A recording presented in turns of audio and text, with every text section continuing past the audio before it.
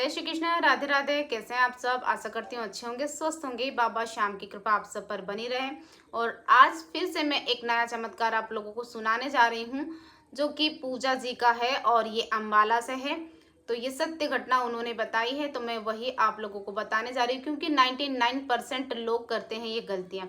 कभी कभी तो किसी को पता ही नहीं होता कि हम गलती कर रहे हैं, और गलतियाँ बहुत ज़्यादा हो जाती है और इसका परिणाम बहुत बुरा होता है और हमें बहुत परेशानियों का सामना करना पड़ता है।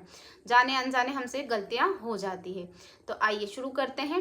पूजा जी ने जो बताया हम वही आप लोगों को बताएंगे। तो कंटिन्यू वीडियो पर बने रहें और इस वीडियो को ज़्यादा से ज़्यादा शेयर करें, ताकि जिन लोगों को नहीं पता है कि हमसे जाने अनजाने भी गलती हो जाती है, तो इन गलतियों को हम सुधार भी सकते हैं। और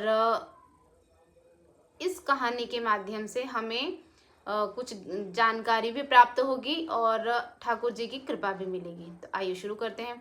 पूजा जी कहती हैं कि उनके पास लड्डू गोपाल नहीं थे। लड्डू गोपाल नहीं थे, उसके पहले वो बहुत अच्छी सक्षम थी और उनके पति की जॉब भी बहुत अच्छी थी और बहुत अच्छे थे। उनके पास सब कुछ था, किसी चीज़ की कोई कमी नहीं थी। तो एक दिन क्या हुआ कि वो अपनी सखी के घर गई। जब वो अपनी सखी के घर गई तो वहाँ कुछ फंक्शन था। वहाँ जाकर उन्होंने देखा कि भाई उनकी सखी के वहाँ पर तो लड्डू गोपाल है।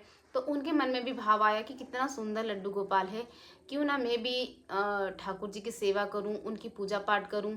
और मेरे पास तो सब कुछ है, भगवान ने सब कुछ दिया है, तो अब मुझे क्या बाकी है। तो मुझे एक काम करना चाहिए कि मुझे भी लड्डू गोपाल लाना चाहिए और मुझे भी सेवा चाकरी करना चाहिए। बड़ा आनंद आएगा, क्योंकि भगवान की कृपा तो हम पर है भरपूर और सब चीज़ से हम सक्षम हैं। तो वो घर गई अपनी सखी के वहाँ से। अपने सखी के वहाँ से घर जाकर अपने हस्बैंड को कहा कि हमें है ना लड्डू गोपाल लाना चाहिए। तो उनके पति राजी हो गए। उनके पति ने कहा ठीक है, हम भी लाएंगे लड्डू गोपाल, पर उन्होंने कहा हम यहाँ से नहीं लेंगे, हम वृंदावन जाएंगे तभी लेकर आएंगे। कुछ टाइम बाद फिर वो वृंदावन गए। अब वृंदावन गए तो वहाँ से उन्होंने लड्डू गोपाल लिया। अब वहाँ से लड्डू गोपाल ले लिया और लड्डू गोपाल को घर लेकर आ गई। तो उनका मानना है पूजा जी का कि हमें जैसे लड्डू गोपाल हम लेकर आते तो वृंदावन से, तो वो उनमें प्राण होते हैं, हमें प्राण प्रतिष्ठा करवाने की ज़रूरत नहीं, उनका मानना है। पर वैसे भक्त के ऊपर है, तो वो चाहे तो प्राण प्रतिष्ठा करवा सकता है या तो नहीं भी, ना भी करवाए तो भी चलेगा। और कहते हैं ना भगत के वश में है भगवान, तो ये सत्य है। अगर हम भावपूर्वक भगवान को भजते हैं, उनका सुमिरन करते हैं, उनका ध्यान करते हैं, उन्हें नित्य रोज सेवा, उन्हें जो पसंद है वो कार्य करते हैं, तो भगवान हम पर बहुत कृपा करते हैं और उस विग्रह में भगवान स्वयं आकर प्रवेश करते हैं और वो विग्रह नहीं रह जाता, साक्षात भगवान श्री कृष्ण ठाकुर जी रहते हैं वो। तो हमें ये सोचकर सेवा करना चाहिए कि ये विग्रह नहीं है, भगवान स्वयं बैठे हैं और इनकी मतलब एक बच्चे, एक शिशु के समान हमें इनकी सेवा करना चाहिए। तो वो लड्डू गोपाल को ले आई और जब तक लड्डू गोपाल उनके पास नहीं थे तो भी वो बहुत अच्छी सक्षम थी और बहुत भगवान की कृपा थी उन पर और बहुत सब कुछ अच्छा चल रहा था। तो इधर लड्डू गोपाल को लेकर आई और उन्होंने बहुत सारी पोशाक खरीदी, क्योंकि 6 नंबर के उनके लाला थे। तो 6 नंबर की उनको रिजनेबल रेट में पोशाक मिल गई। तो बहुत सारी, कम से कम 50-60 से भी ज़्यादा पोशाक लेकर आ गई वो। तो रेगुलर वो पोशाक 1-2 दिन में उनको धारण करवाती और उस पोशाक को फिर क्या करती कि वो उठाकर रख देती और दूसरी पोशाक मतलब दोबारा पहनाने का काम नहीं रहता। तो ऐसे करते करते कहीं समय बीत गया उनका। और जब पोशाक खत्म हुई तो उन्होंने सोचा कि अरे पोशाक तो खत्म हो गई, अब मैं अपने ठाकुर जी को कौन सी पोशाक धारण करवाऊँ। तो उन्होंने सोचा कि अब भाई पोशाक में लेकर आऊँगी तो मेरी अलमारी भर जाएगी और मैं कितने ज़्यादा कपड़े लेकर आऊँगी, तो अलमारी भर जाएगी। तो फिर इसलिए मैं नहीं लाती हूँ और इनको ही धो लेती हूँ। पूजा जी ने यही सोचा कि मैं धो लेती हूँ। अब उन्होंने जब उनका काम हो जाता सारा और कपड़े वगैरह धुल जाते, तो वो कपड़े उनके खुद के धुलते, उसके बाद वो ठाकुर जी के भी कपड़े वॉशिंग मशीन में डाल देती और धो लेती। तो 10-10 ड्रेस करके वो धो लेती। तो धोती और उसके बाद थोड़े टाइम बाद क्या हुआ कि धीरे धीरे करके है ना वो बहुत ज़्यादा परेशान होने लगी। उन्हें समझ ही नहीं आ रहा था कि क्यों परेशान है, इतनी ज़्यादा परेशान होने लगी, उनको बहुत बेचैनी होने लगी, बहुत ज़्यादा दिक्कतों का सामना करना पड़ा। फिर थोड़े टाइम बाद उनका बेटा बहुत ज़्यादा बीमार हो गया, बहुत ही ज़्यादा बीमार हो गया। तो उनके पति उनसे कहने लगे कि तुम जब से लड्डू गोपाल आए हैं तो हम बहुत परेशान हैं, मतलब बहुत समस्या में फंसते ही जा रहे हैं। तो ऐसा क्यों हो रहा है? या तो तुम लड्डू गोपाल की पूजा सेवा नहीं करती और उनका ध्यान नहीं रखती। तो उन्हें बहुत बुरा लगा, पूजा जी को बहुत ज़्यादा बुरा लगा और वो कहने लगी नहीं, मैं बहुत अच्छे से सेवा करती हूँ, मैं ठीक से सेवा करती हूँ। तो बोलते तुमने कुछ ना कुछ तो किया है, तभी हम इतना परेशान हो रहे हैं। उनका बेटा बहुत ज़्यादा बीमार हो जाता है। फिर वो ठाकुर जी से जाकर प्रार्थना करती कि हे लड्डू गोपाल, हमसे क्या गलती हो रही है, हमें कुछ समझ नहीं आ रहा है, हम क्या अपराध कर रहे हैं, हमें कुछ समझ नहीं आ रहा। मेरा तो कोई भी नहीं है आपके सिवा, आप ही हो मेरे, तो आप हमारी समस्या का समाधान करो और मुझे कुछ समझ नहीं आ रहा, आप इसका निवारण करो प्रभु जी, कुछ ना कुछ तो करो।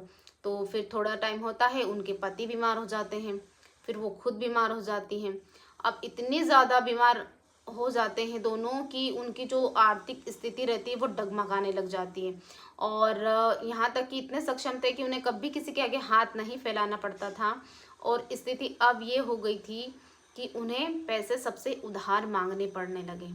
वो हर किसी से उधार मांगती कि हमें पैसे दे दो, हमारे घर में ये समस्या है, मतलब समस्याओं पे समस्या इतनी ज़्यादा होने लगी कि क्या ही कहूँ। मतलब हर तरफ से परेशान होने लगी। और घर में जैसे टीवी खराब हो जाना, फ्रिज खराब हो जाना, इलेक्ट्रिक के जितने भी सारे सामान हैं सब खराब हो जाना बार बार, मतलब घर में ये समस्या होने लगी। और आए दिन बस कभी डॉक्टरों का मतलब फीस, मतलब उनका हॉस्पिटलों में खर्चा करती, कभी घर में खर्चा करती, मतलब उनके पास सेविंग के नाम पे 1 रुपया भी नहीं बचा। और बहुत ज़्यादा कंडीशन बहुत ख़राब हो गई और बहुत ज़्यादा दुखी रहने लगे, बहुत परेशान होने लगे। तो फिर ना थोड़ा टाइम बीता, फिर उन्होंने कान्हा जी से प्रार्थना की कि हे कन्हैया, अब तो मैं हार गई हूँ, मैं बहुत परेशान हो गई, अब मैं क्या करूँ, आप मुझे बताइए, मैं इतनी परेशान क्यों हूँ, मुझे कुछ समझ नहीं आ रहा है और मुझे राह दिखाइए भगवान। मेरा तो आपके सिवा कोई है ही नहीं और मैंने तो आपको इतने मन से माना था और आप नहीं आए थे, उसके पहले भी मैं बहुत अच्छी थी, पर अभी मुझे ऐसा लग रहा है, आप, ये नहीं मैं बोल रही हूँ कि आप आए तो हम दुखी हो गए, दुखी तो हमारी कुछ गलती होगी, पर वो गलती मुझे कुछ समझ नहीं आ रही कि कहाँ से क्या गलती कर दी है मैंने। पर वो मुझे गलती का आभास करा दो, वो गलती मुझे बता दो, मैं उसे सुधार लूँगी प्रभु जी, पर मैं क्या करूँ, मुझे कुछ समझ नहीं आ रहा। तो थोड़ा टाइम बीतता है और उनकी जो बुआ सास होती हैं तो वो मिलने आती है कि भाई मेरा भतीजा बीमार है और उनका बच्चा बीमार है, बहू बीमार है, तो देखने के हिसाब से वो आती हैं और वो उनसे बातें करती हैं। अब उनसे बातें करती हैं और फिर वो उनको बताती हैं, उन सारी बातें उनकी बहू उनको बता देती है कि बुआ जी ऐसा ऐसा हो, हम कान्हा जी को लेकर आए, हमारे साथ ऐसा ऐसा हुआ। तो बोलते तुम गलती करती हो, कुछ तो गलती करती हो, मुझे पूरा डिटेल में बताओ। तो वो सारा सब कुछ बता देती हैं कि मैं पहले तो इकट्ठा पोशाक लेकर आई थी और मैं कभी मतलब धोती नहीं थी और नई नई पोशाक धारण करवाती थी, फिर मैं पोशाकों को धोने लगी। तो फिर पोशाकों को धोने लगी तो फिर ये मुझे परेशानी ऐसे जब से ही होने लगी, बहुत ज़्यादा परेशानी होने लगी। तो उनकी बुआ जी ने बताया उन्हें कि जो पोशाक धोती हो तो वो पोशाक का पानी सारा नाली में जाता है, गंदगी में जाता है, इसी के कारण। और वो पीरियड टाइम पर रहती थी तो भी पोशाक को धो देती थी। उन्हें इतना ज्ञान नहीं था पोशाक को, फिर भी सोचती थी कि ना पूजा नहीं कर रही हूँ तो क्या, मैं कपड़े धो के सुखा दूंगी तो सूख जाएंगे। तो ये गलतियाँ वो करती रहती थी, इसी के कारण वो बहुत ज़्यादा परेशान होने लगी थी। फिर बुआ जी ने बताया तो उन्होंने ठाकुर जी से क्षमा मांगी और फिर वो गलतियाँ उन्होंने बंद कर दी। अब वो गलतियाँ उन्होंने फिर करना बंद कर दी और ये सब भगवान की कृपा थी जो उन्होंने उनकी बुआ जी को भेजा था। और यहाँ से फिर वो ठीक हुए, उनकी समस्या का समाधान हुआ और फिर से वो ठीक हो गए। और ये गलतियाँ सब लोग बहुत सारे, मतलब बहुत सारी महिलाएं ये कर देती हैं कि हम कपड़े धोए, कहीं पे भी पानी ढोल दिया। हमें ऐसा नहीं करना चाहिए। हमें क्या करना चाहिए, जैसे आजकल हम सिटियों में रहते हैं तो टाइल्स वगैरह लगी रहती है, घर मतलब इतना साफ सुथरा रहता है कि पानी कहाँ ढोलें, बाथरूम में ढोलेंगे तो वो पानी जैसे मैंने कहीं वीडियो भी ऐसे देखे हैं कि वॉशरूम में मतलब भगवान को बिठा के महिलाएं स्नान करवा देती। जब उनका जल जमीन पे जाता है तो वो बहुत ज़्यादा अपराध हो जाता है हमसे, हमें पाप लगता है, क्योंकि उस भगवान को जब हम स्नान करवाते हैं और उस जल को हम अगर रेगुलर पीते हैं ना, तो अकाल मृत्यु भी नहीं होती है हमारी। इतनी शक्तिशाली, इतना पावरफुल वो जल होता है। तो सोचो हम उस जल को नाली में बहवाएंगे, ड्रेनेज लाइन में जाएगा तो कितनी हमें समस्या होगी। तो इस समस्या से हमें बचना चाहिए। तो हमें क्या करना चाहिए कि हमें जो उनके वस्त्र होते हैं, तो हमें हल्दी, गुलाब जल डाल के, और एक दो जोड़ कपड़े रहें इकट्ठे हो जाएं तो उन्हें एक दो ही रखें, या तो फिर रेगुलर धो लें।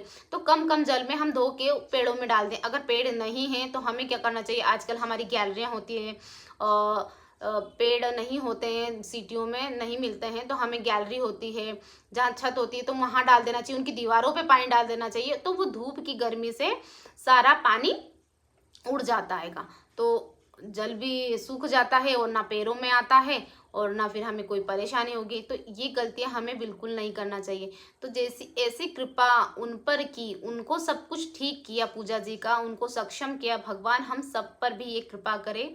और भगवान श्री कृष्ण, हमारे श्री हरि, हम पर, श्री कृष्ण के, हमारे लड्डू गोपाल के जो वस्त्र होते हैं वो प्रसादी रूपी होते हैं, क्योंकि उनका जल यहाँ वहाँ गिरेगा तो हमें समस्या ही होगी। इसलिए, क्योंकि जैसे हम मंदिर गए हैं, हमें हार फूल वगैरह मिलते हैं, तो हम उसे कितना संभाल के रखते हैं। जैसे पटका वगैरह मिल गया, क्योंकि वो प्रसादी ही रूप हो जाता है, क्योंकि भगवान स्वयं उसे धारण करते हैं, तो वो प्रसादी रूप हो जाता है। इसीलिए हमें इन अपराधों से बचना चाहिए। तो सभी को राधे राधे, जय श्री। करना पूजा जी ने बंद की तो ठाकुर जी ने उन्हें स्वस्थ कर दिया और सब कुछ ठीक हो गया और उन्हें सक्षम कर दिया। तो जैसे पूजा जी पर भगवान श्री कृष्ण ने, ठाकुर जी ने कृपा की, ऐसे हम सब पर करें और हमें ये गलतियां नहीं करना है और इन अपराधों से हमें बचना है। तो मिलते हैं नेक्स्ट वीडियो के साथ। सभी को राधे राधे।